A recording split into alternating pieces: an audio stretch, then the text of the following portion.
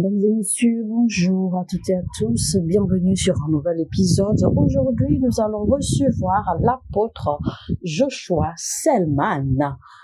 Avant de livrer le titre de notre message, nous allons rapidement recevoir certaines révélations ou certaines prières et prophéties, d'accord, basées sur certains versets bibliques, prières que l'homme de Dieu déverse sur notre vie. Alléluia. Alors, premièrement, nous allons lire le livre de Philippiens, chapitre 1er, au verset 6, qui dit ceci. « Je suis persuadé que celui qui a commencé en vous cette bonne œuvre la rendra parfaite pour le jour de Jésus-Christ. » Alléluia. Alors, ma prière est que cette prophétie, cette parole prophétique se manifeste dans la vie de quelqu'un, que cette parole prophétique prenne chair dans la vie de quelqu'un afin de vous permettre de rester résilient, de rester consistant, d'accord, et dévoué dans votre œuvre, dans votre marche avec le Christ. Car la Bible dit, ne nous décourageons pas de faire le bien, car nous allons récolter au moment opportun, nous allons récolter en bonne saison. Si seulement nous n'échouons pas et si seulement nous n'arrêtons pas de faire le bien. Donc c'est une prophétie pour quelqu'un et je prie qu'elle se manifeste pour vous dans le nom de Jésus-Christ. Alors, chers amis, il est très important que nous nous soumettons, que nous restions accrochés et dépendants de la parole de Dieu. Jésus a dit dans Matthieu 4:4, il est écrit, l'homme ne vivra pas de pain seulement, mais de toute parole qui sort de la bouche de Dieu. Il est vrai que l'homme survivra par le pain, parce que le pain, en fait, est une source d'énergie. Le pain est nécessaire, plus que nécessaire, d'accord, à la croissance et au bien-être de l'homme. Mais Jésus dit clairement que l'homme n'aura pas besoin de vivre seulement du pain, mais l'homme aura besoin de vivre également de toute parole qui vienne de la bouche de l'Éternel. Cela veut dire que toute parole qui vient de Dieu est une stratégie de survie. La prière quotidienne est que l'Esprit de Dieu aide le corps du Christ à comprendre les temps que nous traversons présentement.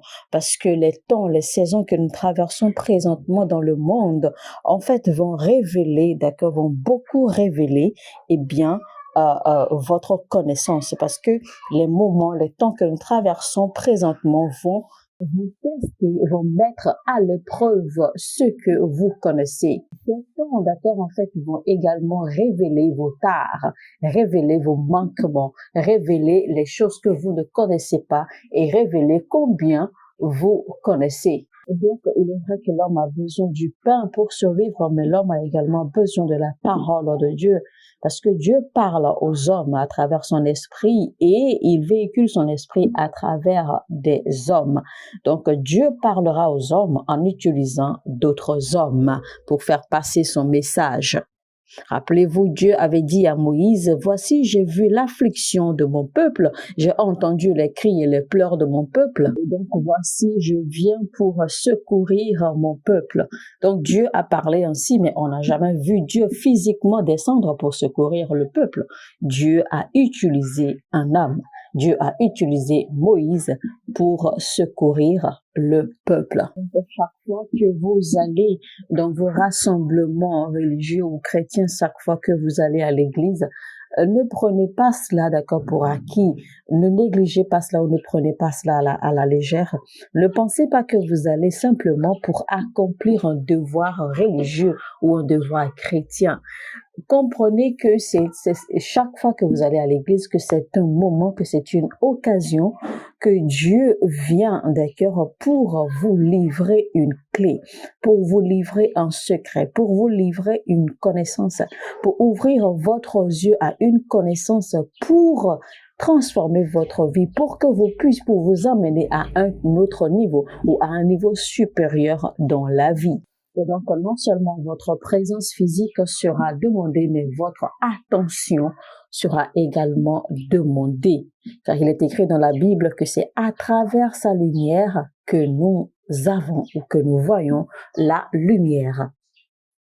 Mais comme je l'ai dit et je le souligne encore une fois, tout chrétien, tout croyant sera mis à l'épreuve sur la base de la connaissance qu'il détient, surtout en ces temps que nous traversons présentement. Si vous clamez que vous connaissez Dieu, eh bien la vie présente va vous mettre à l'épreuve. Si vous clamez que vous aimez Dieu, les temps présents vont vous mettre à l'épreuve. Si vous clamez que vous voulez vraiment servir Dieu de tout votre cœur, toute votre vie, eh bien les temps présents vont vous mettre à l'épreuve. Donc, il est important de comprendre que toute parole qui vient de Dieu, en fait, a le but, a le pouvoir ou l'objectif de vous équiper, de vous transformer, de vous changer. Car chaque fois que la parole de Dieu vient à vous et que vous recevez la révélation qui se cache, quand vous recevez le secret qui se cache dans la parole de Dieu qui vient à vous, eh bien cela vous propulse et cela vous déplace du niveau où vous êtes pour vous emmener à un niveau supérieur. Donc cela vous fait transiter, d'accord, d'un niveau à un niveau supérieur. Et donc, cela inévitablement change votre condition de vie. Il est écrit dans la parole de Dieu que voici Dieu envoya sa parole pour les guérir tous, pour les guérir de leurs afflictions, de leur destruction. Alors, mesdames et messieurs, installez-vous confortablement. Je vous jette le titre de notre message rapidement. Eh bien, ce sera l'homme spirituel. Le titre de notre message, ce sera l'homme spirituel. En parenthèse, refléter Christ. Et ce sera donc, je le rappelle, avec l'apôtre Joshua Selman. Alors, pour commencer, nous allons rapidement apprendre ou découvrir la différence entre la connaissance, la compréhension et la sagesse.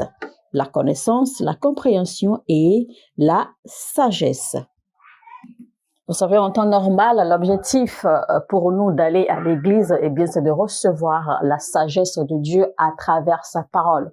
Donc, quand nous allons à l'église, les enseignements que nous recevons ont le devoir de nous transférer, d'accord, la sagesse de Dieu pour la transformation de notre vie, de notre condition, de notre état spirituel et de notre état social, c'est-à-dire à tous les niveaux, tous les départements de notre vie. Il est écrit dans 1 Corinthiens 2, verset 7. La sagesse de Dieu mystérieuse et cachée. Nous prêchons la sagesse de Dieu mystérieuse et cachée que Dieu, avant le siècle, avait destinée pour notre gloire.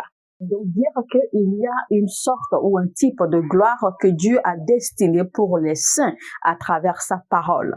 Et donc, quand nous allons à l'église, eh bien, il y a des informations que nous recevons qui ne nous profitent pas ou qui ne profitent pas à tout le monde. Donc, quand nous allons à l'église, puisque c'est un lieu public, eh bien, ce n'est pas tout ce que nous recevons, d'accord, en fait, qui profite à l'âme.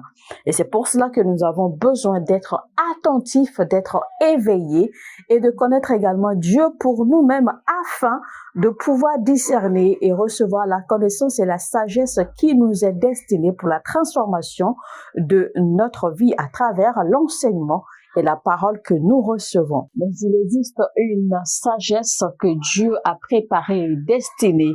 Et Dieu dit clairement dans sa parole que quand les saints trouveront cette sagesse, eh bien cette sagesse est destinée, d'accord, à transformer notre vie, à nous faire entrer dans la manifestation de sa gloire. La connaissance est simplement l'assemblage d'informations coordonnées. Et la connaissance est très importante parce que la connaissance est la fondation ou le fondement de la sagesse. Et il ne peut avoir sagesse sans connaissance. Et il ne peut avoir compréhension sans connaissance. Donc, la compréhension intervient seulement quand vous avez l'information ou quand vous avez la connaissance. Et donc, la compréhension n'est rien d'autre que vous comprenant ou vous saisissant, d'accord, l'importance ou le message qui est véhiculé ou la sagesse qui est véhiculée ou l'essence ou le secret qui est véhiculé dans l'information ou dans la connaissance que vous avez pu acquérir. Donc, c'est vous saisissant, d'accord, ce qui est caché ou le message qui est véhiculé dans l'information que vous avez reçue afin de profiter, d'accord, aisément ou efficacement de la connaissance que vous avez reçue. Maintenant, la sagesse intervient maintenant quand vous devez pratiquer ou quand vous devez mettre en pratique ou en action la compréhension que vous avez eue de l'information, de la connaissance que vous détenez. Et donc, la sagesse alors à avoir au fait que vous puissiez mettre en pratique efficacement l'information ou la compréhension que vous avez tirée de la connaissance que vous avez afin de pouvoir efficacement ou de façon efficiente, eh bien, voir les résultats ou les bénéfices qui en découleront pour pouvoir impacter positivement. Parce que là où les gens commettent l'erreur, là où les gens tombent dans le piège, c'est que, eh bien, vous pouvez bien avoir la connaissance, avoir la compréhension et pourtant toujours manquer de résultats, manquer de bénéfices. Pourquoi? Parce que vous n'avez pas pu saisir la sagesse pour mettre en pratique ce que vous avez acquis de votre connaissance. Rappelez-vous, il est écrit dans la Bible, ils ont reçu la parole, mais la parole ne leur a été d'aucun profit. Ça veut dire que dans la parole, dans la connaissance que vous recevez, eh bien, il y a des profits, il y a des bénéfices à avoir. Alors, c'est là où beaucoup de chrétiens tombent dans le piège. Beaucoup de chrétiens vont chercher la connaissance, ils reçoivent la connaissance, ils ont même la compréhension, mais alors ils sont coincés, ils sont bloqués à l'étape de mettre en application, et là, eh bien, ils ne font pas travailler leur sagesse. Du coup, c'est pour cela que vous allez voir beaucoup de chrétiens qui connaissent ou même qui se disent connaître et qui maîtrisent, mais ils sont toujours à l'étape négative, ils n'arrivent toujours pas à produire des résultats, ils n'arrivent toujours pas à profiter ou à bénéficier de la connaissance qu'ils ont reçue de leur parole ou de leur recherche. Et donc, du coup, là, on ne pourra pas parler de sagesse parce qu'il n'y a pas de pratique dans ce qu'ils ont acquis. Parce que la preuve que vous avez la sagesse, c'est que vous mettez en pratique ce que vous connaissez. Parce qu'en réalité, eh bien, votre profit se trouve dans la mise en pratique. Car la Bible dit, dans Jean 13, verset 17, eh bien, si vous savez ces choses, vous êtes heureux pourvu que vous les pratiquiez. Vous voyez donc qu'en réalité, le profit ou la bénédiction ne se trouve pas dans la connaissance, encore moins dans la compréhension que vous avez de la connaissance que vous avez reçue. Mais la bénédiction se trouve plutôt dans la mise en pratique de ce que vous avez reçu comme connaissance et comme compréhension. C'est là que vous pourriez vraiment en jouir ou en bénéficier. Alors, quand Jésus-Christ a dit « Je bâtirai mon église », et donc, quand Jésus-Christ a dit cela, en fait, il parlait d'accord de la sagesse parce que c'est par la sagesse que l'on bâtit quelque chose. Sans la sagesse, l'on ne peut rien bâtir. Et quand il dit « je bâtirai mon église », ça veut dire que vous ne pouvez pas séparer la sagesse, d'accord, du composant qui fait la vie ou la transformation ou l'excellence ou la perfection de la vie d'un chrétien. Alors, vous allez vous installer confortablement, connectez-vous et invitez également, d'accord, vos amis, vos connaissances à se connecter également à cet enseignement si vous avez le désir de devenir une meilleure réflexion ou un meilleur reflet, d'accord, une meilleure représentation de Christ, notre Seigneur. Si vous voulez devenir un homme spirituel parfait, une femme spirituelle parfaite qui puisse refléter Christ, eh bien, ce message est pour vous. Et je rappelle rapidement le titre, c'est « L'homme spirituel, le reflet de Christ ». La Bible dit dans Romains 8, verset 6, « Et l'affection de la chair, c'est la mort, tandis que l'affection de l'esprit, c'est la vie et la paix. » Ça veut dire, chers amis, que pour avoir la vie, et pour avoir la paix, la seule façon pour y arriver, eh bien, c'est d'être un homme spirituel ou d'être, en d'autres mots, une personne spirituelle. C'est de vivre par l'esprit. Le deuxième verset que nous allons lire, c'est 1 Corinthiens 2, verset 14 au verset 16 qui dit « Mais l'homme animal ne reçoit pas les choses de l'Esprit de Dieu, car elles sont une folie pour lui, et il ne peut pas les connaître, parce que c'est spirituellement qu'on en juge. L'homme spirituel, au contraire, juge de tout, et il n'est lui-même jugé par personne. Car qui a connu la pensée du Seigneur pour l'instruire? Or, nous avons la pensée de Christ. » Alors, ce n'est pas tous les chrétiens qui peuvent être le reflet de la gloire de Christ à travers les expériences ou de façon nature. Devenir un chrétien, eh bien, est profitable, c'est une bonne chose. Mais le fait que vous soyez devenu chrétien ou le fait que vous ayez reçu Christ ne vous donne pas, d'accord, la garantie que votre vie, eh bien, va véritablement refléter la gloire de Christ. Il y a beaucoup de chrétiens qui viennent à Christ.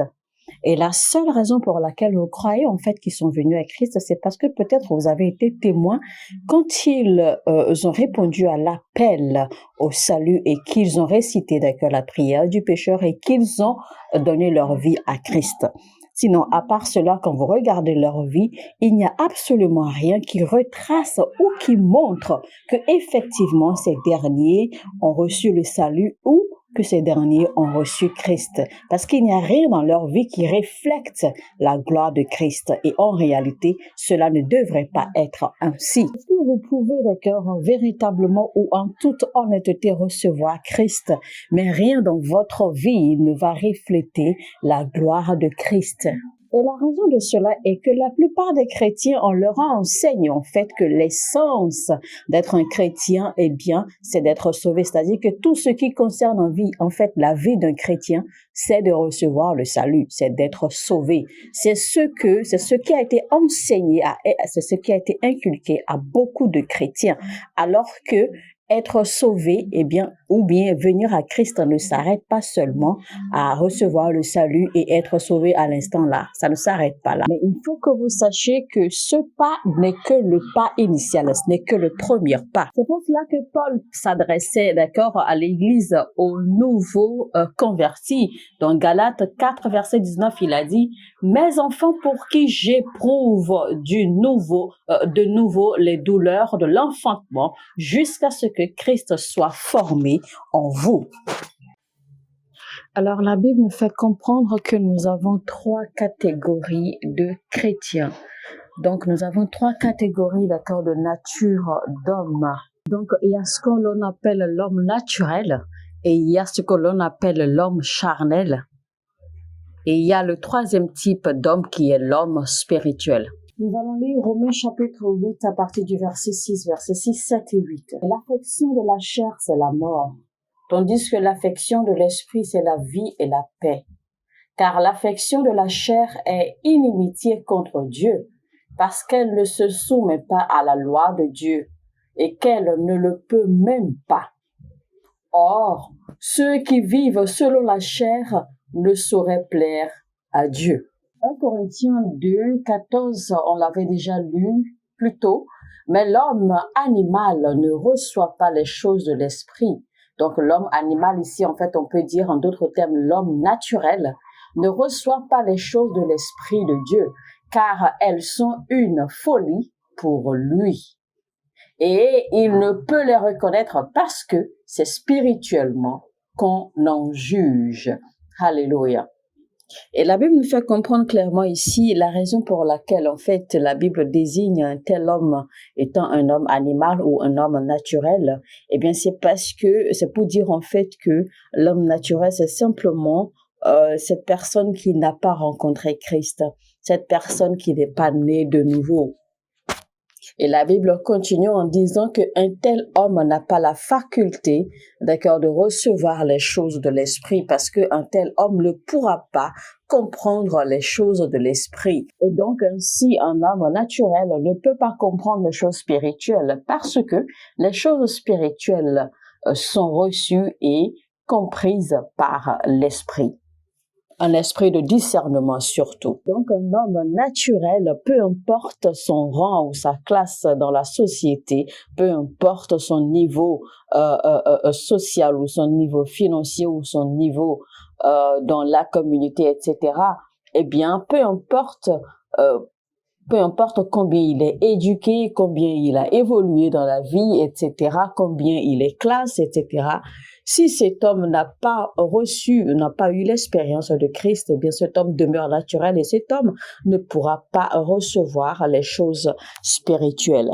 Donc, spirituellement, tout va mal avec un tel individu.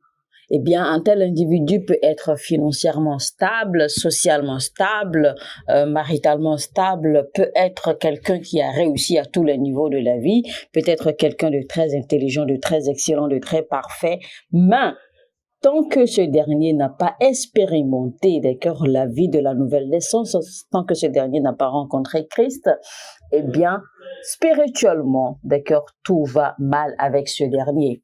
Je voudrais que vous compreniez le concept de la vie éternelle quand nous parlons des croyants, que les croyants reçoivent la vie éternelle une fois reçu Christ. Ce concept, en réalité, n'a absolument rien à voir avec la foi Pentecôte. Ce concept n'a absolument rien à voir avec la religion. Ce concept n'a même absolument rien à voir même avec le christianisme, en réalité. Ce concept, d'accord, en fait, a tout à voir avec votre destin, le destin que Dieu a préparé, le destin que Dieu, d'accord, en fait, a dessiné pour vous. Parce que vous avez un destin, vous avez une vie éternelle à accomplir aux yeux de Dieu. N'oubliez surtout pas que vous êtes venu de Dieu, c'est lui qui vous a créé. Donc, quand on parle de la vie éternelle, en fait, ça a tout à voir avec vous et Dieu. Ça n'a absolument rien à voir avec votre église, avec votre religion, avec votre foi, avec votre chrétienté, etc., etc., etc. Ça a plutôt à voir entre vous et Dieu. Et c'est pour cela que nous devons avoir cette conscience parce que, et Dieu l'a dit, que la seule et unique voie pour pouvoir nous aligner, d'accord, en fait, à ce concept de vie éternelle, pour pouvoir accomplir ses plans à lui en tant qu'homme sur la terre, eh bien, c'est de recevoir Christ parce que Dieu l'a dessiné ainsi, que Christ est la seule et unique voie, que vous le vouliez ou non. Maintenant, le deuxième type d'homme dont la Bible parle ici, qui est l'homme charnel, eh bien, c'est celui-là qui a reçu Christ. Celui-là qui a eu l'expérience, d'accord, du salut. Celui-là qui est sauvé, mais qui n'a pas encore été transformé. Celui-là qui est sauvé, mais dont l'esprit ou le cœur n'est pas encore transformé. C'est celui-là qui est sauvé, mais qui n'est pas sous la soumission de la parole de Dieu. C'est celui-là qui est sauvé, mais qui n'est pas sous la soumission, d'accord, de la Seigneurie du Saint-Esprit. C'est celui-là qui a reçu Christ, qui est sauvé, mais qui est tout le temps, d'accord, orienté et guidé, d'accord, en fait, par ses propres pensées, ses propres sentiments, ses propres convictions. Et c'est l'homme que la Bible appelle l'homme charnel. Donc, l'homme charnel n'est pas un non-croyant, il n'est pas un non-chrétien. L'homme charnel, en fait, est bel et bien un croyant, puisqu'il a reçu Christ, puisqu'il a reçu le salut. Mais le problème avec l'homme charnel, c'est que l'homme charnel ne s'aligne pas, en fait, aux préceptes du Saint-Esprit. L'homme charnel ne s'aligne pas aux préceptes de la parole. L'homme charnel n'a absolument rien de spirituel qui prouve ou qui montre que il a effectivement été en contact avec le Christ. Il y a deux choses qui caractérisent un homme charnel. La première chose, c'est que cet homme, en fait, n'est pas transformé par la parole de Dieu. Vous allez constater quand vous écoutez ce dernier, quand vous le voyez agir, quand vous le voyez devant des choses, des situations, quand vous entendez ses raisonnements, d'accord, et ses réflexions, eh bien, vous vous rendez compte que ce dernier n'est pas du tout transformé par la parole de Dieu. Et en fait, quand on parle de la charnalité, d'accord, d'un homme, ou quand on dit qu'un homme est charnel, eh bien, cela a à voir, d'accord, en fait, avec le reflet de sa mentalité ou le reflet de son esprit. C'est pour cela que la Bible dit ici clairement dans Romains 8:6 que l'affection de la chair, c'est la mort. L'affection de la chair, c'est la mort. Et que l'affection de la chair est inimitié contre Dieu. Et une telle personne est toujours contrôlée ou orientée, d'accord, vers les désirs de la chair. Alors, quels sont les dangers, d'accord, de demeurer un homme ou une femme ou alors un individu charnel? Eh bien, premièrement, c'est que votre vie va être une mauvaise représentation, d'accord, de l'image de Christ ou de l'image de Dieu. Votre vie, d'accord, reste une mauvaise représentation, de façon constante surtout, de l'image de Dieu. Est-ce que vous portez, d'accord, l'étiquette de chrétien, mais votre vie ne le reflète pas. On ne peut pas juger de cela par votre vie. Deuxième danger ou deuxième conséquence, d'accord, de demeurer un être charnel, c'est que, eh bien, vos expériences en termes de résultats, en termes d'évidence, en termes de témoignages, d'accord, en fait, ne seront pas différents, d'accord, de celles d'un non-croyant ou d'un non-chrétien. C'est-à-dire que votre vie, d'accord, va ressembler très pour très pratiquement à la vie d'un non-croyant. En réalité, en d'autres termes, il n'y aura pas de différence, d'accord, entre vous et un non-croyant ou un non-chrétien. Alors, mesdames et messieurs, on va s'arrêter là, d'accord, pour la première partie de notre message, l'homme spirituel, être le reflet de Christ. C'était donc avec l'apôtre Joshua Selman. Nous allons donc nous retrouver très très bientôt pour la deuxième partie de notre message. Alors, si vous avez aimé ce message, si vous avez été édifié, n'oubliez surtout pas, cliquez sur le bouton j'aime. Il est très important, d'accord, que vous nous démontriez votre soutien, votre amour, que vous nous démontriez que vous appréciez le travail que nous mettons en œuvre, d'accord, à travers ces messages et surtout le message que vous recevez, d'accord, à travers en fait ces différents enseignements. Également, n'oubliez pas, d'accord, de partager le lien au maximum parce que vous savez, quand vous likez et que vous partagez le lien, ne serait-ce qu'une fois, cela permet à YouTube de recommander, d'accord, l'enseignement à d'autres personnes. Alors, devenez des anges de l'évangélisation. Et surtout, abonnez-vous à cette chaîne si vous ne l'avez pas encore fait et activez la cloche de notification afin de ne rater aucun message. Sur ce, je vous dis que Dieu vous bénisse. À très très bientôt. N'oubliez surtout pas le mot d'ordre ici, c'est mon heure a sonné et votre heure a sonné.